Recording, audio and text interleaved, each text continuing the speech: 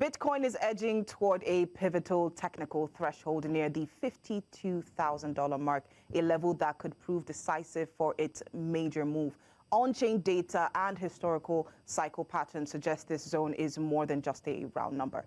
It may represent a structural support floor, and this is according to crypto analyst Ali Charts. The 1.0 market value to realized value pricing band currently sits around $52,000.40, a level that has historically aligned with cycle bottoms.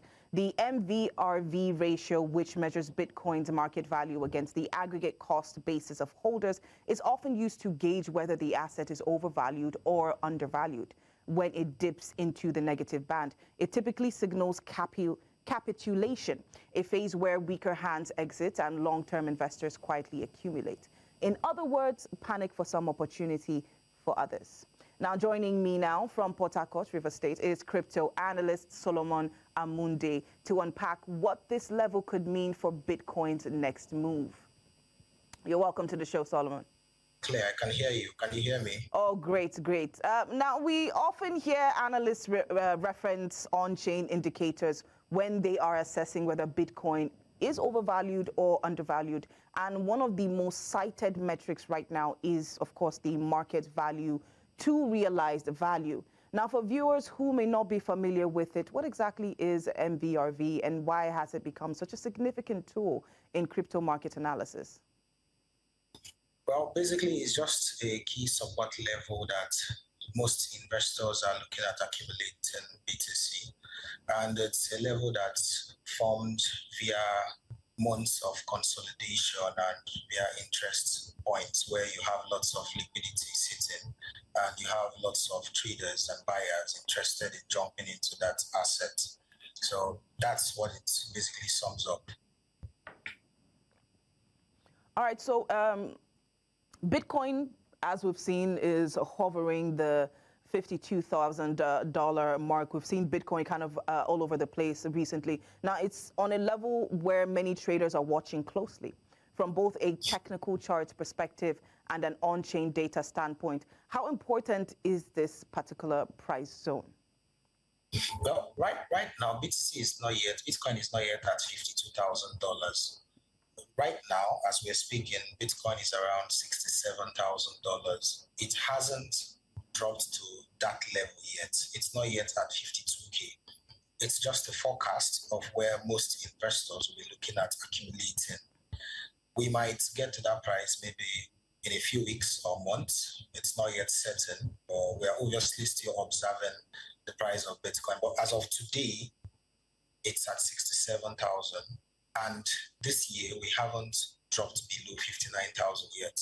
The lowest we have gotten to this year is about $59,800.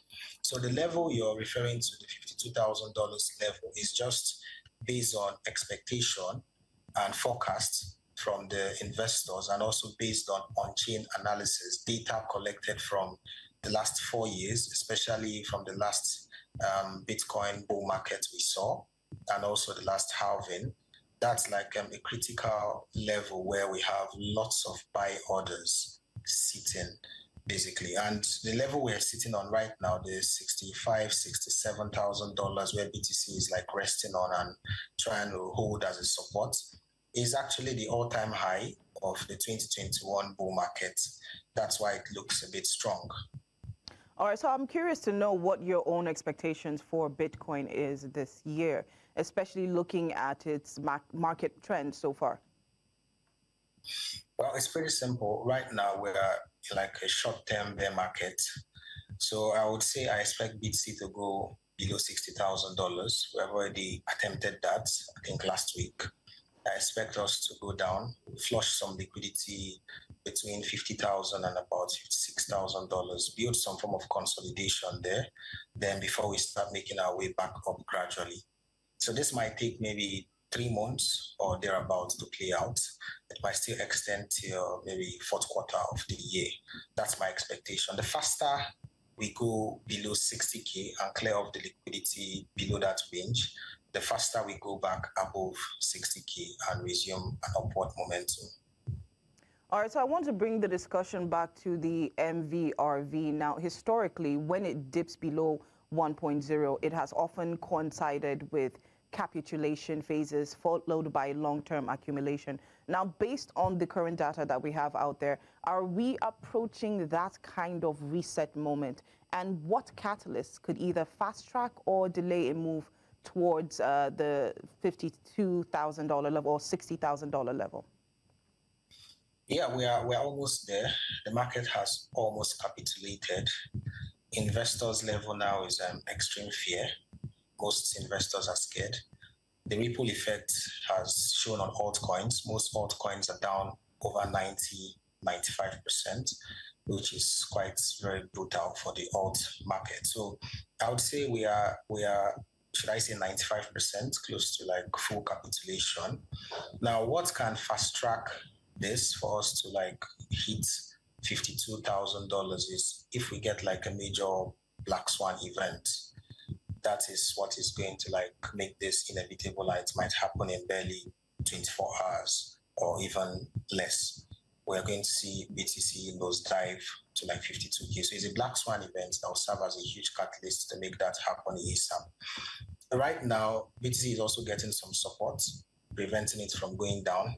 For example, Binance just scooped over $300 million worth of BTC within the last 24 hours. Yet, so there are some institutional buyers that are trying to like see how they can maybe defend the price from going lower. That's what's also still serving as a cushion to hold the price up there. All right, so I really like the way that you put it as a black swan event. It's a really big thing there.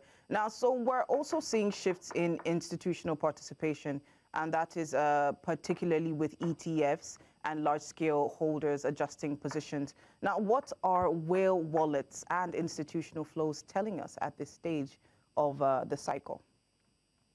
Talking about ETFs, if we look at ETF data, most investors are selling. Investors were aggressively selling last week. It's talking about the ETFs. Some were scared because they were already in a huge loss. Yet while some just had to like clear up their shelves, clear up any crypto that they are holding, and most were already calling that BTC would go down to like 35K. So they didn't want to partake in any extra opportunity cost of still holding BTC while it was diving. So if we're looking at investor sentiment, Michael Saylor, his company, scooped more BTC last week, showing strength and signs that they will keep buying. I think the last buy was around $76,000 or so early last week. So in that light, it shows that big money are still interested in buying BTC. But I do know for a fact that if BTC drops below 58K, that is when most institutional investors will even be more interested in accumulating BTC, because then it would be at over 60% discount from the previous all-time high that we just saw. All right, so finally, before we let you go, sentiment tends to swing quickly in crypto markets from euphoria, of course, to fear. Based on current data, where would you say we are on the sentiment spectrum? And how does that positioning typically shape Bitcoin's next major move? Well, currently we're in extreme fear. Right now is extreme fear, and that's because we have dumped so much this year alone.